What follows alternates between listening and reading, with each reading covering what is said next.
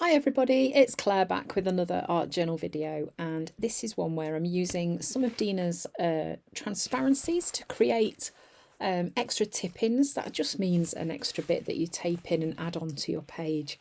So I'm cutting the circles out. I'm going to use 4 and I'm going to stick 1 on each edge of the page like that. I'm going to use clear tape, sellotape, clear tape to stick these in place. I'm just using this tape because 2 things. 1, it disappears, can't really see it. And 2, you can add paint over the top of it, so it doesn't make it difficult to hide. So here I'm just adding a little bit of tape, popping it onto the page behind, just to tape these in place, a bit on the front, a bit on the back. And I'm going to pop these circles, like I say, 1 on each edge of the page. This is just going to be a single page spread.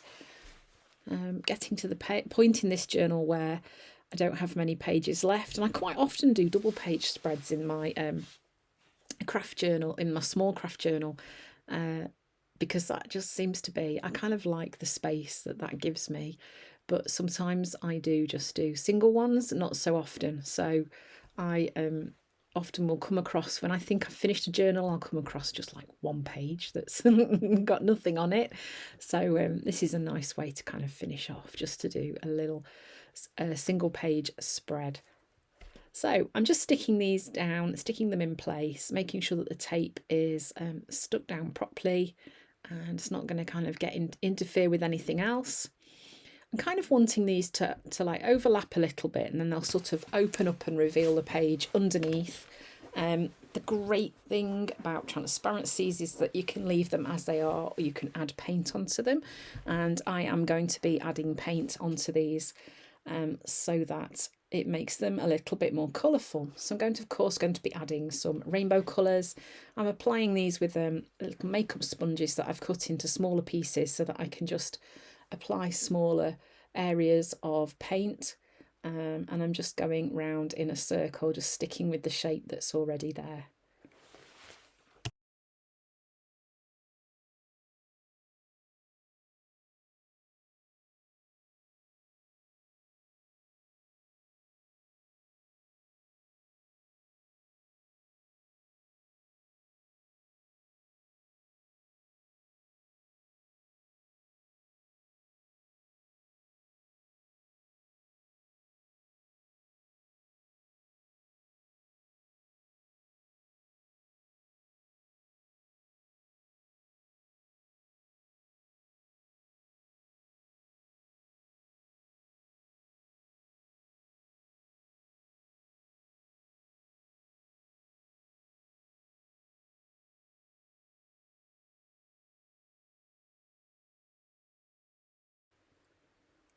So once that was done, I then decided I wanted to pull some rainbow colours across my page. I already knew I was going to use a large face stencil on this page.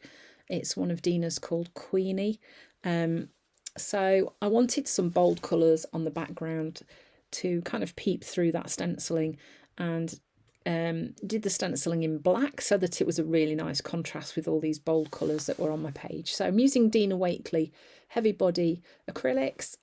These apply really nicely to both the transparencies and the craft journal. Obviously, if you are familiar with my pages, you'll know that when I use the rainbow colours, I tend to go ruby, tangerine, lemon, lime. Turquoise is a favourite to pop in there, and orchid. And then more recently, Dina's introduced iris and raspberry, and they work really nicely in that kind of rainbow of colours too. So I'm just pulling those loosely across my page, just kind of in a quite painterly way, just popping those colours on, leaving a little bit of white space in inverted commas. It isn't white, obviously, it's craft. Calling it craft space sounds a bit weird. And then this is an old stencil of Dina's called Lined Circles, and I'm just adding some white paint through the stencil.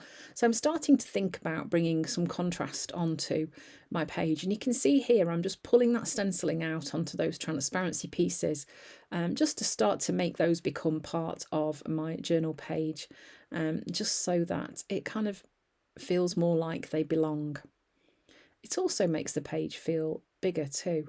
by pulling the stenciling across onto those transparency pieces. And then this is one of the coaster stencils, and I'm using, I'm pretty sure that's orchid with a bit of white mixed in. And again, just pulling that stenciling across onto the transparencies too. So because I've added the paint, the stenciling that I've put on the top of that, you won't see through to the front of the transparency pieces once they're closed. But when you open it up, they become part of the journal page. So this is the stenciled Queenie stencil from Dina Wakley. Again, this is an older stencil. I've quite a collection of face stencils. I really love using them on my journal pages. And ones like this that are so graphic, they're really bold and stand out. This one I decided had lots of great space for journaling into. And using a white pen to do that meant it stood out really nicely against the bold black background.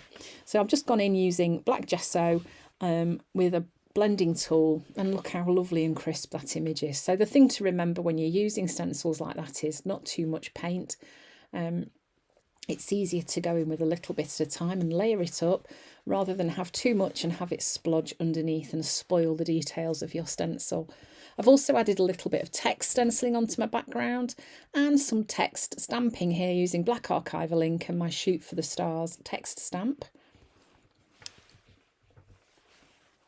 And of course my dotty stamp wouldn't be right if I didn't get that out. I just love the effect that that gives, it's really nice.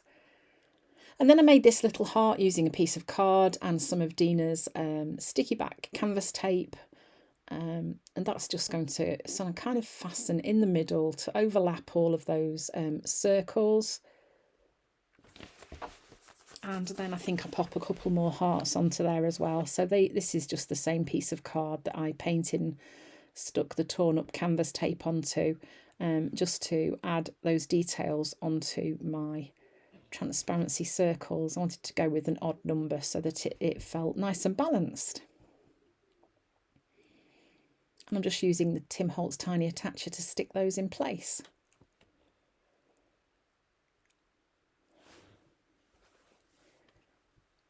And then I'm just giving those hearts a little outline as well, just helps them stand out a little bit more.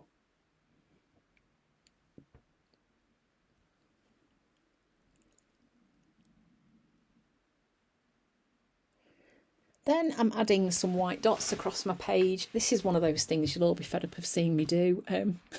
Latest obsession. I like it, I think it's lovely. I might have to make a dotty stamp that's got bigger dots on, I don't know. I can feel that coming.